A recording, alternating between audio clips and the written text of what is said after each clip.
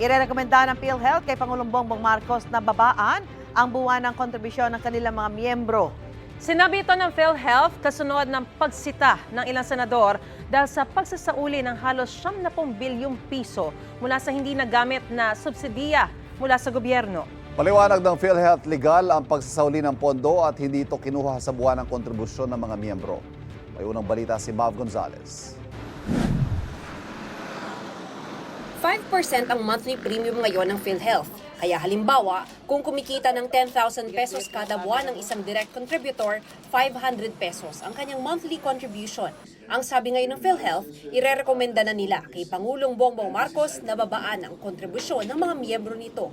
Ito'y matapos sabihin ng PhilHealth sa pagdinig ng Senate Committee on Health na may 500 billion pesos pa silang pondo. I will convene our team and we will recommend for a reduction in the premium rates, contribution rates to President Marcos po. Opo. Bago nito, sinita ng mga senador ang pagsusoli ng PhilHealth ng halos 90 billion pesos sa hindi nagamit na subsidiya mula sa gobyerno. Sana raw nagamit na lang sa mga pasyente. Bakit kailangan ibalik ang 90 billion? Bakit kulang pa rin ang benefit packages ng PhilHealth at may out-of-pocket pa rin mga pasyente? Bago kayo magsoli ng pera, pag-isipan niyo muna kung ano yung mga pwede pang paggagamitan sa perang yon. Paliwanag ng PhilHealth, legal ang pagsoli ng pondo sa national government. Hindi rin daw ito kinuha sa kontribusyon ng members. It doesn't mean na dahil nawala yung 90 billion, mawawalan ng pera yung PhilHealth. Ba't hindi nyo po gamitin yung pondo ninyo sa mga mahirap, sa mga pasyenteng naghihingalo, para hindi po masama na walisin ng Department of Finance yung pera ninyo? We are very, very aggressively enhancing all of our benefit packages, no?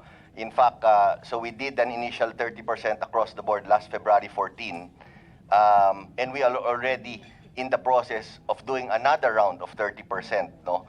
So talagang tuloy-tuloy po. Humarap din sa pagdinig si Finance Secretary Ralph Recto.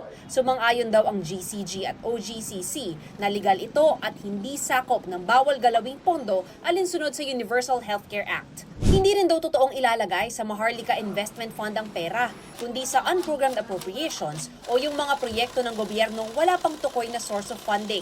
To fund the unprogrammed appropriations, Congress determined that there is another way aside from new taxes as well as debts.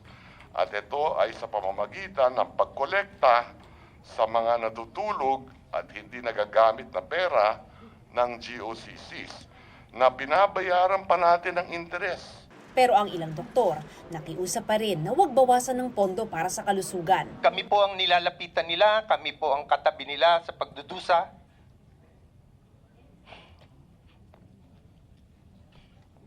Excuse me. Kulang po ang tulong ng PhilHealth. Huwag nating tawaging savings yan kasi ito po yung utang natin sa kanila eh.